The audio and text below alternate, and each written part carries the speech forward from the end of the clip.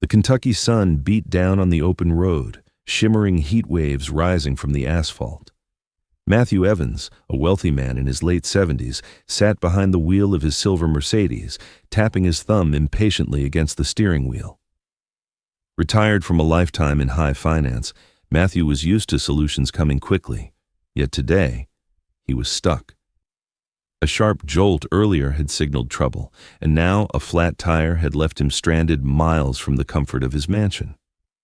His phone mocked him with one stubborn phrase: no service. After a few failed attempts at fixing the tire himself, Matthew leaned back with a sigh. He hated waiting. Just as frustration began to settle in, a small figure appeared on the horizon. A boy, maybe 13, walked with purposeful strides toward the car. His t-shirt was faded, his sneakers worn thin, but his posture carried quiet confidence. "You got a flat, sir?" the boy asked, voice steady. "Yes," Matthew replied, feeling a curious mix of relief and unease. "I'd appreciate the help. No signal out here." The boy gave a quick smile. "I can help. My grandpa taught me last summer. You got a spare?" Matthew pointed to the trunk, watching as the boy fetched the tools and crouched beside the car. His movements were sure, practiced, as if he'd done this many times before. In minutes, the work was done. The boy straightened up, wiping his hands on his jeans. "All set," he said simply. Matthew reached into his wallet, pulling out several bills.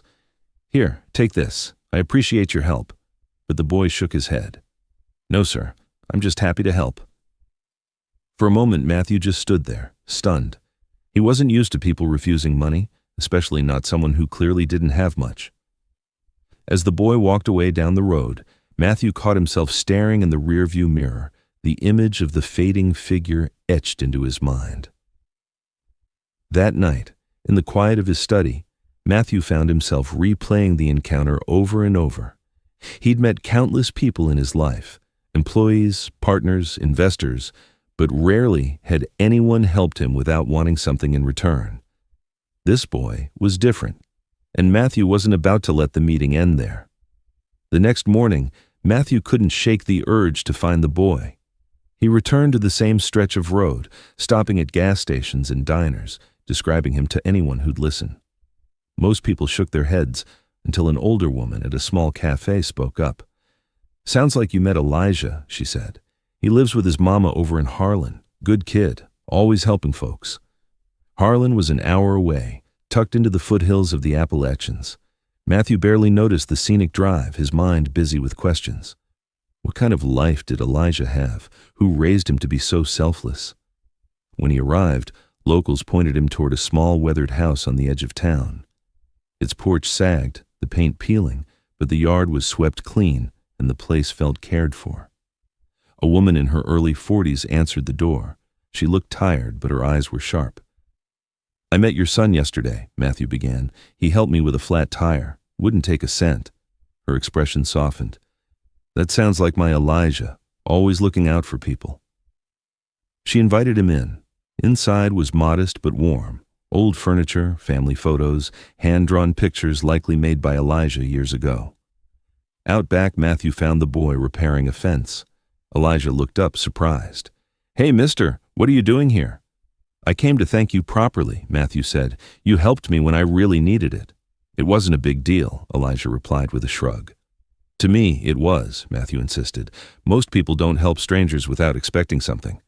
Elijah frowned slightly. "If someone needs help and I can do it, why wouldn't I?" Matthew smiled. "You've got a good head on your shoulders. Your mom must be proud." "She works hard," Elijah replied. "I just try to help out." Before Matthew could say more, Elijah's mother called them inside for lunch. The meal was simple, fresh bread, roasted vegetables, but the warmth at the table was something Matthew hadn't felt in years.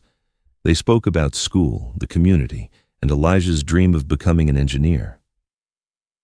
As Matthew left that afternoon, one thought was clear. This family had given him more than he could give them, but he was going to try.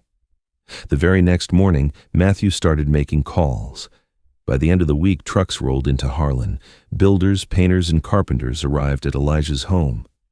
"You didn't have to do this," Elijah's mother said, voice trembling. "I do," Matthew replied. "You gave me something I didn't know I was missing. Let me give back." Over the next several weeks, the house was transformed. The porch was rebuilt, the roof repaired, the inside painted and furnished.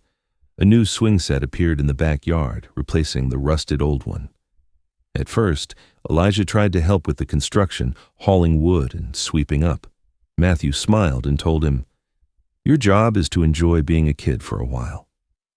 But Elijah's curiosity couldn't be contained. Soon he was asking the workers about tools and measurements. One carpenter even let him help cut wood. Matthew noticed the spark in Elijah's eyes, the beginnings of a dream. When the work was finished, neighbors gathered to see the changes. The small, tired house now stood proud and bright. Elijah's laughter filled the yard as he showed friends the new swing set.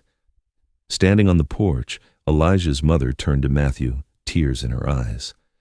"This isn't just a house anymore. It's a home." Matthew shook his head. "You already gave me more than I gave you. You reminded me what life is about." That evening, as the sun dipped behind the hills, Elijah sat beside Matthew. "Mr. Matthew," he said thoughtfully, "I want to help people one day, like you helped us." Matthew placed a hand on the boy's shoulder. "You already have, Elijah. Your kindness started all of this. Never lose it." As Matthew drove away, he realized something. This wasn't the end of a good deed. It was the beginning of a friendship. In the weeks that followed, he returned to Harlan often.